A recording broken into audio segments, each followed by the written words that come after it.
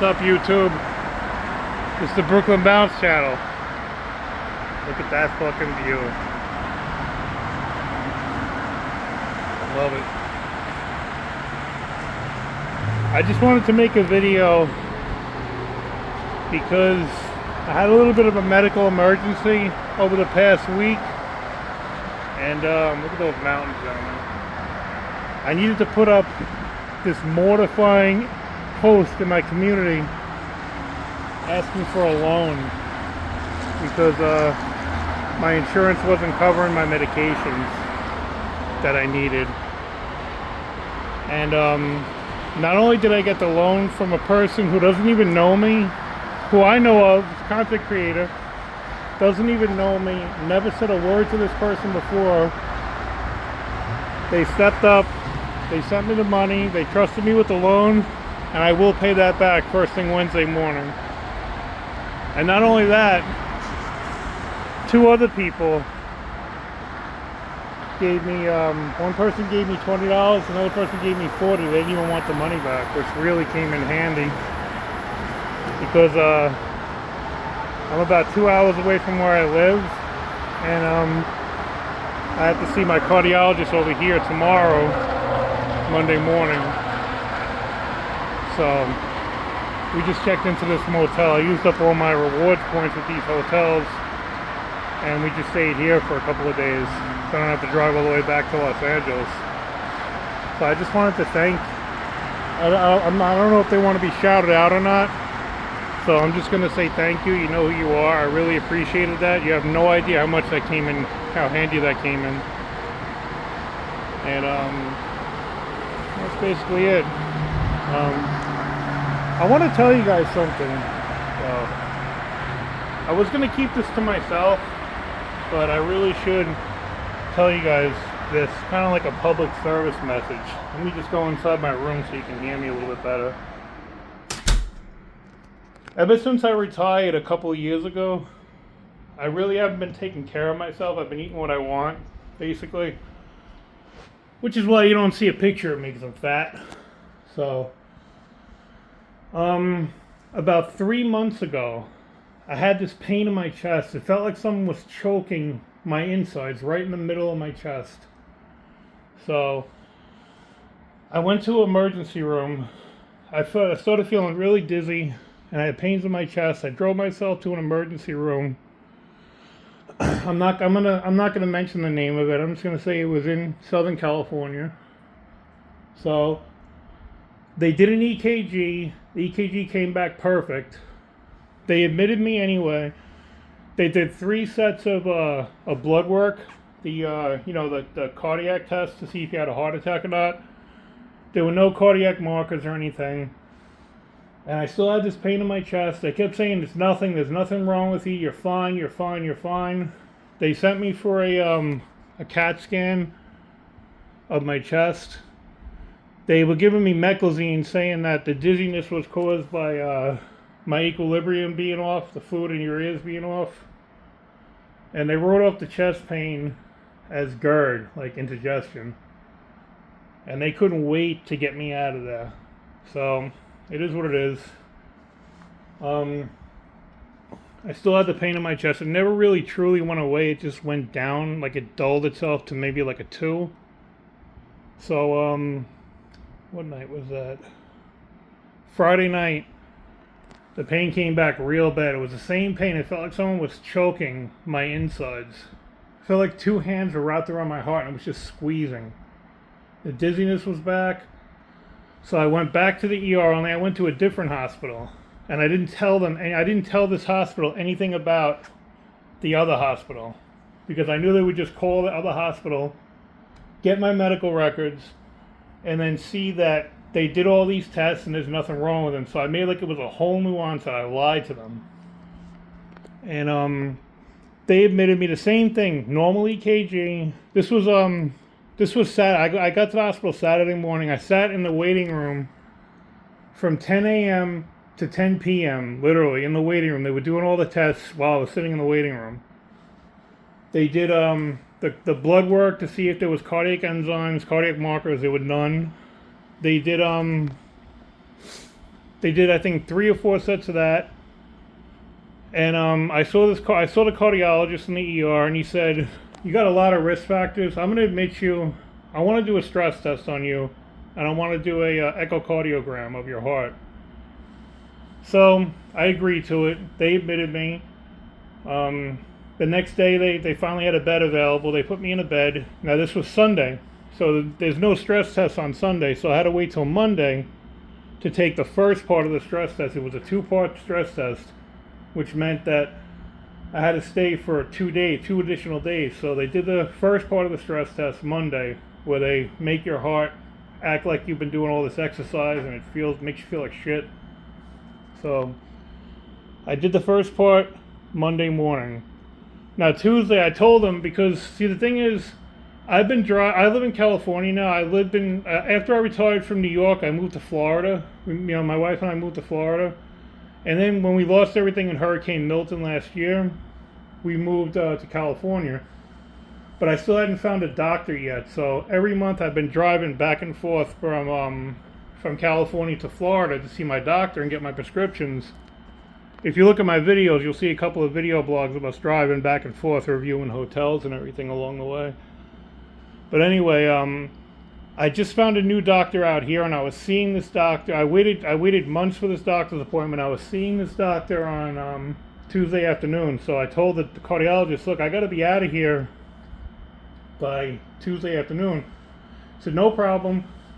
We'll do part 2 of the stress test Tuesday morning. I'm pretty sure it's going to be all negative. I'll get you out of here by Tuesday afternoon, I promise." So, okay. So Tuesday morning rolls around. I take part 2 of the stress test. And I'm sitting in the room. I'm already dressed. I got the IVs in my hand. I'm already dressed. I'm waiting for them to call me and discharge me. They never came around, so I'm about to sign myself out of the hospital because I needed to make this doctor's appointment. I was tired of driving back and forth to Florida every single month. So the nurse had the paperwork for me to sign. I was stressed. And in addition to having a doctor in the hospital, they have a nurse practitioner also assigned to you. So she came up to the room and she said, no, you can't leave. You can't leave. Your stress test is showing a huge portion of your heart that's not working. It's dead. In the inferior wall of your heart, anterior, I forgot what it was. And she said, you have a huge blockage in your left coronary artery. We have to keep you. We have to do a cardiac cath and all this other stuff. So I had to cancel that appointment. I had to stay there, and the next morning they did the cardiac cath. They actually went in through my wrist right there, and my hands are all torn up from being in the hospital. But they went into my wrist. They had to put stents in because I had a huge blockage, and any day just walking around, I could have just dropped. So they put the stents in. The next day they let me go. So I've been here ever since. I'm not supposed to be driving or anything until I see the cardiologist in his office on Monday, which is tomorrow.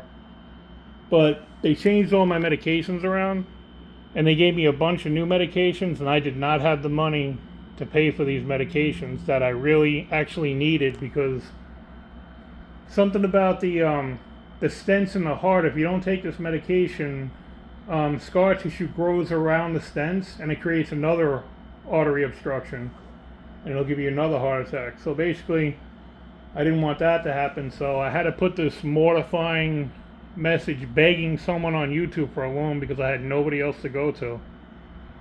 And fortunately, somebody stepped up, which I really appreciate that. And then, like I said, a couple people even gave donations. 2 people gave donations, which was really nice, and it came in really handy because I don't get paid until Tuesday night at 10 o'clock at night.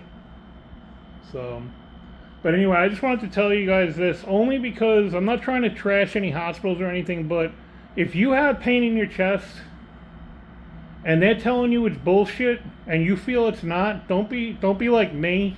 Break their balls. Tell them you're not leaving. Tell them if they try and discharge you, which they love pushing you out the doors of these freaking hospitals. If they try and discharge you, tell the doctor, I'm just going to walk back in the ER. Because if you do that, one of the nurses told me the insured that they don't get paid for it then. So I don't know how true that is. That's what one of the nurses told me. But I just wanted to tell you guys that story because I don't want anyone to have to be like me. Like, what? I mean, I haven't taken care of myself, so my problem is self-inflicted. I did this to myself, so that's just me. I'm gonna start taking care of myself. It was my wake-up call, basically. But I mean, my arms are all ripped up from IVs and everything. They tried to go in here, so it's bad. But I just wanted to thank everybody who helped me. I don't know if you wanted to be shouted out or not, but the person who gave me the loan, I really appreciate that. I know I never spoke to you. I've listened to your shows, but I've never spoke to you before. And that was really, really, really nice of you to trust me like that. I really appreciate that. I couldn't wait to take that ad down. That was freaking the post down because it was making me cringe, looking like I was begging for a loan. But anyway, that's my story. So I had a huge blockage, and the other hospital was just pushing it off as vertigo for the dizziness. They gave me meclizine, and they just pushed me out, and it was it turned out to be a huge blockage, which actually caused me to have a heart attack, which is a heart attack is death of the cardiac tissue, so that part of my heart is never going to function again. Now that part of my heart relies on the surrounding tissue to actually beat for it. It's called collateral beats. It helps the heart beat. So that's something that's that's always going to be there. It's never going away. So I just wanted to tell everybody this. I was going to keep this to myself, but I just wanted to warn other people. If you have pain in your chest and they're telling you it's bullshit, you feel it's not, don't do what you got to do whatever you got to do to get tested, because the other hospital never gave me a stress test, and that's where it showed the blockage, and that's where it showed the heart attack. Just because your EKG is 100% normal and your cardiac enzymes, your markers come back negative, that just means you didn't have a heart attack in the past couple of days. That doesn't mean that there's not damage in there. An EKG can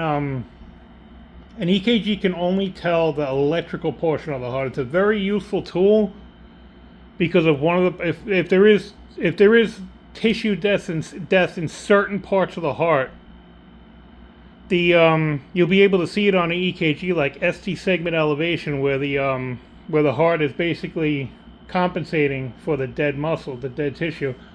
You could have a perfectly normal EKG and not even have a heartbeat. It's called PEA, pulsus electrical activity, or EMD. We used to call it EMD when I used to work. It was electromechanical dissociation, but they changed it to PEA, pulsus electrical activity. So you could have a perfectly normal EKG and not even have a heartbeat.